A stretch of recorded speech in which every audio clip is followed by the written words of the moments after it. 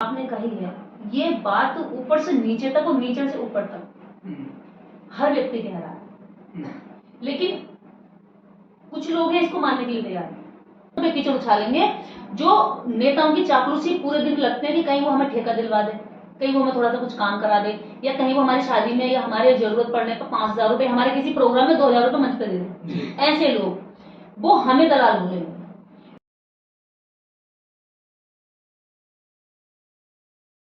दोस्तों जय भीम, नमस्कार। मैं संदीप पवार, मेरा भारत यूट्यूब चैनल पर आप सभी का स्वागत है।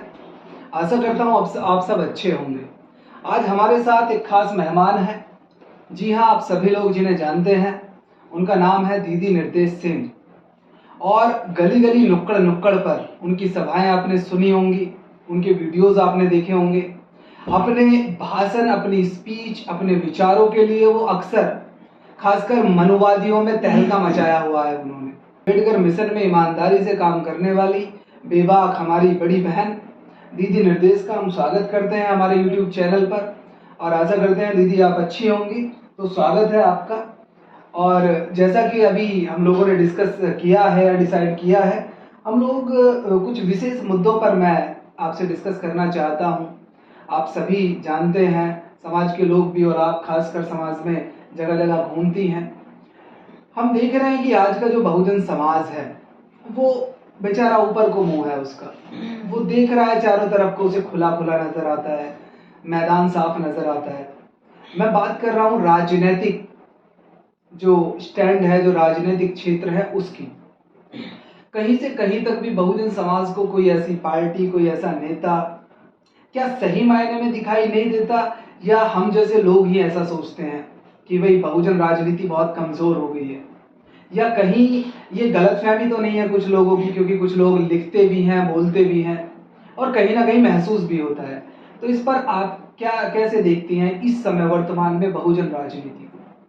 पहले तो मेरा भारत चैनल के समस्त सब्सक्राइबरों को धन्यवाद, साधुवाद।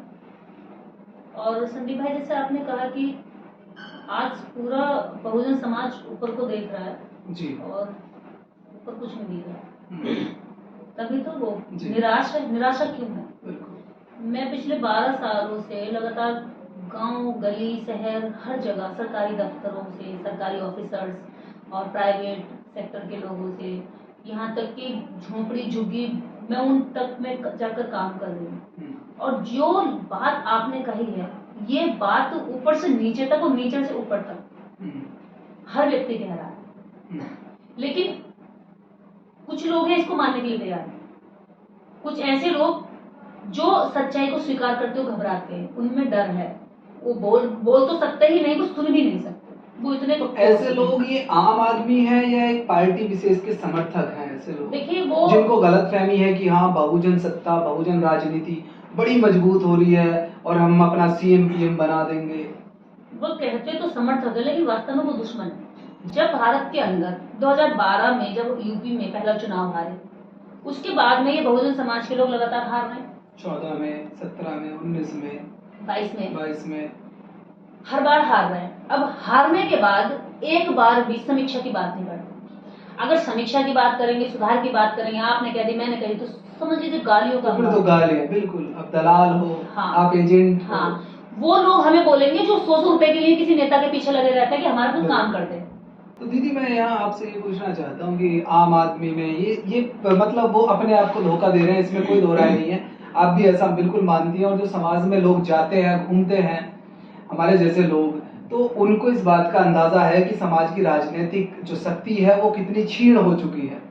तो आपको क्या लगता है कि ये जो अंदाजा है, क्या ये नेताओं को नहीं है जो मुख्य रूप से भूमिका अदा कर रहे हैं इस समाज में? बहुजन समाज के जो नेता कहलाते हैं वो संगठन के पदाधिकारी भी हो सकते हैं, बड़े संगठनों के, या वो पार्टी विशेष के नेता भी हो सकते हैं। क्या उनको अंदाजा नहीं है?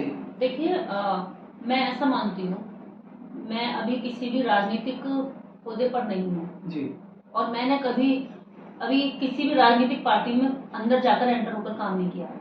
उसके बावजूद भी मैं समझ रही हूँ, आप समझ रहे हैं, और छोटे से छोटा बच्चा भी ये कह रहा है कि राजनीति आज हमारी गिर रही है। अगर हमारे नेता बिखरने की बजाय इकट्ठे हो जाएं, आप मेरे साथ चलेगा 2-4 गांव में, हम और दोनों आप चलेंगे और एक छोटा सा सर्वे कर लेंगे, 3-4 गांव चलेंगे और गांव में जाकर के हम लोगों से ये पूछेंगे कि भाई बहुजन राजनीति कैसे सक्सेस होगी। आप 100 में से 99 लोग ये कहेंगे जितने भी हमारे नेता बिखरे हों पहले तो ये एकजुट हो जाए, पहली लाइन, ठीक है, इनका एकजुट होना जरूरी है। दूसरी लाइन कि जब ये हारे तो हारने के बाद अपनी समीक्षा करें कि गलती कहाँ है। प्रॉब्लम है कि नेता यहाँ सच्चे कार्यकर्ताओं की कदर नहीं करते, उनके लिए कोई स्पेस नहीं है। इस बहुजन समाज के अंदर राजनीति करने के लिए जो सबसे ज्यादा जोशीला वर्ग होता है वो होता है यूथ, युवा के लिए कोई स्थान नहीं। जैसा आपने कहा अभी कि युवाओं के लिए इस बहुजन समाज की राजनीति में कोई खास स्थान अभी तक नहीं है। अगर हम मुख्य रूप से जो पार्टियां चल रही हैं उसमें देखें तो मैं यहाँ पे बिल्कुल यही इस बात से काफी लोग और भी चिंतित हैं और मैं ये पूछना चाहता हूँ कि आखिर वो कौन सी वजह है।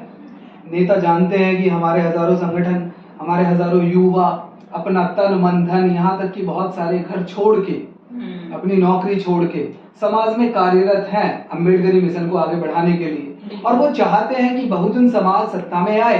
वो चाहते हैं कि बहुजन समाज एक दिन सत्ता पर बैठकर काबिज हो और इस देश में बराबरी, भाईचारा, न्याय, बंधुता वाला समाज या भारत बनाए। लेकिन उनको फिर कौन सा डर है कि वो उनको स्पेस नहीं देते, जबकि वो ना कोई सैलरी मांगते हैं, बहुत सारे तो पद भी नहीं मांगते मेरे जैसे, बस वो कहते हैं कि भाई तुम सपोर्ट कर दो जो हम काम कर रहे हैं और हमारी बात सुन लो कि समाज में इस तरह की समस्या है, इनका चिंतन मनन करके उनको दूर कर लो।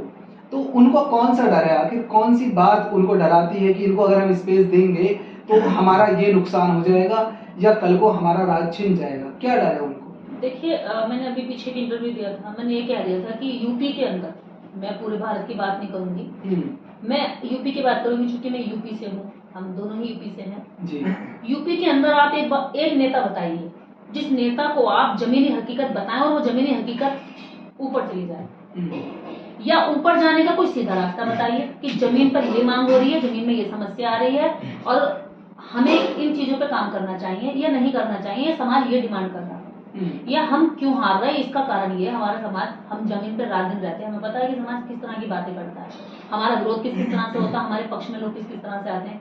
इस बात को बोलने के लिए ना तो कोई रास्ता है ऊपर जाने का, ना कोई ऐसा लीडर है, ना कोई कार्यकर्ता हो जाकर इस बात को कहे। तो दीदी जैसे हम देखते हैं बाकी पार्टियों में, यहाँ तक कि खासकर जो सवर्ण पार्टियां हैं, चाहे वो कांग्रेस है, चाहे वो बीजेपी है, चाहे आम आदमी पार्टी है या और भी पार्टियां हैं, जैसे वेस्ट बंगाल में है ममता बनर्जी की पार्टी, हम वहाँ देखते हैं कि एक आम आदमी भी जाके अपनी बात वहाँ रख सकता है, आम आदमी भी नेताओं से मिल सकता है, राहुल गांधी भी सब लोगों से मिल रहे हैं एक आम आदमी से।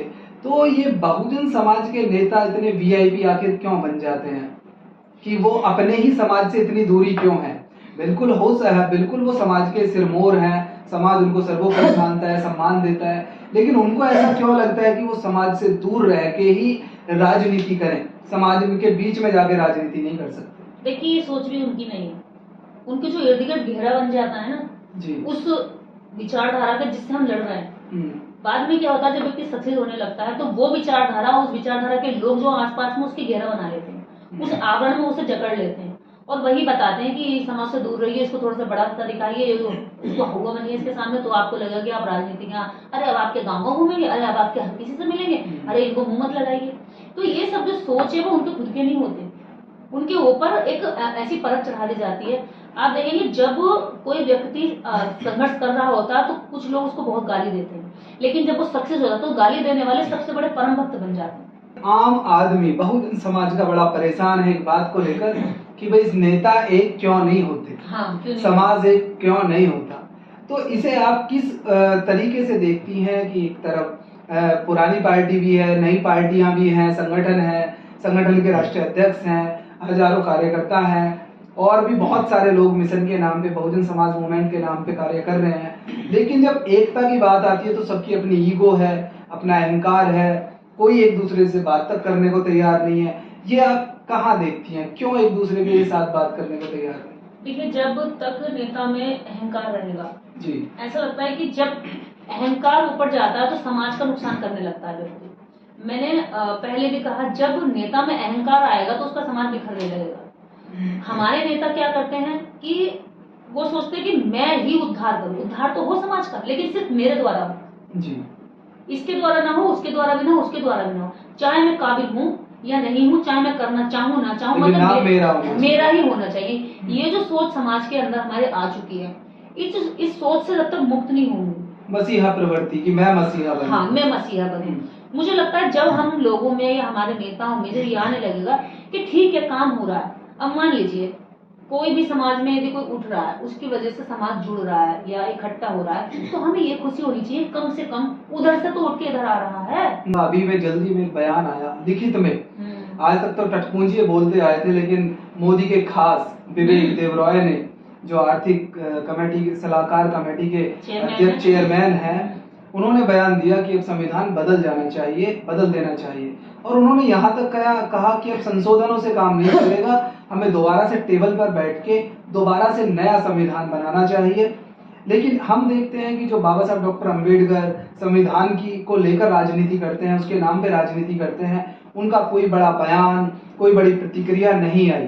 तो आप इसे कैसे देखते हैं? आम आदमी फिर किससे गुहार लगाए? और अगर कल को ऐसी कोई सिचुएशन आती है कि संविधान बदले, तो आम आदमी क्या करे? देखिए, अब जो संविधान की लड़ाई लड़ रहा है, नेता विशेष नहीं लड़ रहा है जी। इस समय संविधान की लड़ाई आम नागरिक लड़ रहा है, जिसने संविधान को थोड़ा जान लिया, समझ लिया। आप जैसे, हम जैसे बहुत सारे और जो साथी हमारे जो काम कर रहे हैं, जिन्होंने बताया कि संविधान में आपके अधिकार है, आपकी पावर वहां है, तो उसको जानकर के आम व्यक्ति और सामाजिक कार्यकर्ता इसकी लड़ाई लड़ रहा है। नेताओं ने लड़ाई छोड़ दी है। जितने भी स्टेटमेंट आते हैं, 2018 में संविधान की प्रतियां चलाई गई। हाँ बिल्कुल, 2018 में दिल्ली में उस समय किसी भी नेता ने संसद के बाहर जलाए गए, किसी भी नेता ने कोई भी ना तो बड़ा बयान दिया, ना उनके अरेस्ट करने की मांग करी। आप जैसे, हम जैसे लोगों ने उनके पुतले फूके, कलेक्ट्रेट को घेरा, विरोध किया, आंदोलन किया, उनको अरेस्ट कराया। उसके बाद वो जल्दी ही रिहा कर दिए गए 2-3 महीने में। किसी नेता ने संज्ञान नहीं लिया। हम जैसे लोग, आप जैसे लोग बोलते रहे, लेकिन उसका कोई ज्यादा कोई इफेक्ट नहीं हुआ। 2024 का चुनाव है और हम देखते हैं कि बीजेपी तो हमेशा चुनावी मोड में रहती है। वो हमेशा रेडी रहते हैं। उनके गृह मंत्री भी आके पर्चे बांटते हैं, मुख्यमंत्री भी सभाएं करते हैं। बिल्कुल, कांग्रेस भी लगी पड़ी है वो अपनी पुरानी सत्ता और पुरानी छवि को वापस लाने के लिए। आम आदमी पार्टी है या बिहार में अन्य पार्टियां हैं। हम जब देखें, जो अम्बेडकरी समाज की पार्टियां हैं, जो बाबा साहब डॉक्टर अम्बेडकर के नाम से राजनीतिक पार्टी बनाई हुई है और कार्य कर रहे हैं, उनका कोई ऐसी प्रतिक्रिया, कोई ऐसी उत्सुकता, कोई ऐसा कार्य नहीं दिखता। तो हम कैसे मान लें कि क्या 2024 में जो आगामी चुनाव है, हमारे कुछ सांसद, हमारे कुछ नुमाइंदे संसद में पहुंचेंगे, या आम आदमी ऐसे ही भटकता रहेगा अपने परेशानियों को लेकर और अपनी जरूरतें और अपने मुद्दों को लेकर? देखिए, 2024 का जो चुनाव भी आ रहा है, इसमें अभी कुछ परिवर्तन आने वाले, इस बीच का जो टाइम है, इसमें हो सकते हैं जी। यदि बहन जी हमारे समाज बिल्कुल तैयार है, और जो वो एक मानसिक रूप से विकलांग लोग ये कहते हैं ना, बहन जी प्रधानमंत्री बनेंगी, यदि वो वास्तव में जाकर गांव-गांव जाकर ये बताने लगे कि बहन जी ने कितने काम किए हैं बसपा में रहकर, बहन जी ने सत्ता में रहकर कितने काम किए हैं। अभागापन ये है बसपा का कि आज बसपा के पास कार्यकर्ताओं की कमी है, तो ये जाकर बता सके कि बसपा ने कितने महत्वपूर्ण काम किए। गाली देने में बिजी है, गाली भी किसको देंगे? उनका दम दुश्मन से लड़ने में नहीं आता, उनका दम अपने आदमी पर, क्योंकि वो उसे पता है ये इसको पलट के बाहर नहीं करेगा जी। मुझे पता है कि मैं मानहानि का केस, अगर मुझे कोई गाली देगा तो मैं अपने को एक बार माफ कर दूंगी, और वो उसी का फायदा उठाकर मुझे कह सकता है, लेकिन वो सामने वाले से जाएगा तो जेल में डाल देगा, उसे कोर्ट में खचेड़ेगा। तो ये वो लोग जो यहाँ गाली गलौज का टाइम खराब कर रहे हैं, ये जाकर के बताएं। आज कांग्रेस की प्रियंका गांधी ये कह रही है कि मैं लड़की हूँ और लड़ सकती हूँ। अगर वास्तव में इस स्लोगन को, इस बात को अगर वास्तव में किसी लड़की ने साबित करके दिखाया, तो इस भारत के अंदर मैं ये दावे के साथ कह सकती हूँ, बहन कुमारी मायावती ने करके दिखाया, लड़की हूँ, लड़ सकती हूँ। जैसा हमने देखा है कि अगर कोई सवाल पूछ ले, जो एक जायज सवाल है किसी नेता से, भक्ति इस कदर हावी है, अंधभक्ति, कि उसे दलाल घोषित करेंगे, उसे कहेंगे तो दूसरी पार्टी का पदाधिकारी है, और पता नहीं क्या क्या बोलेंगे। अपनी ऊर्जा को, अपनी एनर्जी को ये लोग जरा भी सही जगह लगाने के लिए तैयार नहीं है। और जिस तरीके से हमारा डिस्कशन हुआ, और आप सोचती हैं, और भी इस देश में हजारों लोग जो चिंतित हैं, जो समाज में जाते हैं, कार्य करते हैं, वो सभी लोग परेशान हैं। और इन सबके कंक्लूजन से, निष्कर्ष से अगर हम देखें, तो ये बात साबित होती है कि समाज में सत्ता की बहुत ज्यादा जरूरत है, हमेशा से थी, आज भी है। लेकिन उसके लिए जो भरसक प्रयास किए जाने चाहिए वो नहीं हो रहे। बड़ी बात ये नहीं है 4 महीना 2 महीना 1 महीना काम करेगा और समाज में काम करने वाला हर व्यक्ति सोचता मैं सीधे MP बन जाऊं, MLA बन जाऊं, बहन जी बन जाऊं। बिल्कुल, मैं तो यहाँ तक, मैं तो कई बार इसको मजाक में भी कहता हूँ कि हर आदमी CM या PM बनना चाहता है। भाई एक पार्टी में गृह मंत्री का भी पद होता है, वो बन जाओ। फाइनेंस मिनिस्टर का भी पद होता है, वो बन जाओ। कानून मिनिस्टर का पद होता है, वो बन जाओ। अगर सारे CM PM बनने की होड़ में रहोगे तो ये आपस के कंपटीशन में, आपस की प्रतियोगिता में नुकसान किसका हो रहा है? समाज के लोगों से भी मैं कहना चाहता हूँ, आप लोग नेताओं के चक्कर में बिल्कुल मत लड़ो, आपस में गाली गलौज मत करो, आपस के रिश्ते मत बिगाड़ो, क्योंकि समाज कब एक हो जाए, नेता कब एक हो जाए और आप दुश्मन रह जाएंगे। तो इसलिए ध्यान रखें, एक दूसरे का सम्मान करें, एक दूसरे का साथ दें और मिशन में प्रत्यक्ष अप्रत्यक्ष कार्य हमेशा करते रहें। और मैं आपका भी धन्यवाद देना चाहूँगा बहन जी कि आप इतनी दूर से आई हमारे पास और ये डिस्कशन किया, और साथ में आप सभी लोगों से गुजारिश करेंगे कि हम आगे भी इसी तरह की चीज़ें, ये साहित्य, ये नॉलेज, ये डिस्कशन आप तक पहुंचाते रहेंगे। आप बस चैनल को सब्सक्राइब करें, अपने परिवार, अपने रिश्तेदारों से शेयर करें, सब्सक्राइब कराएं।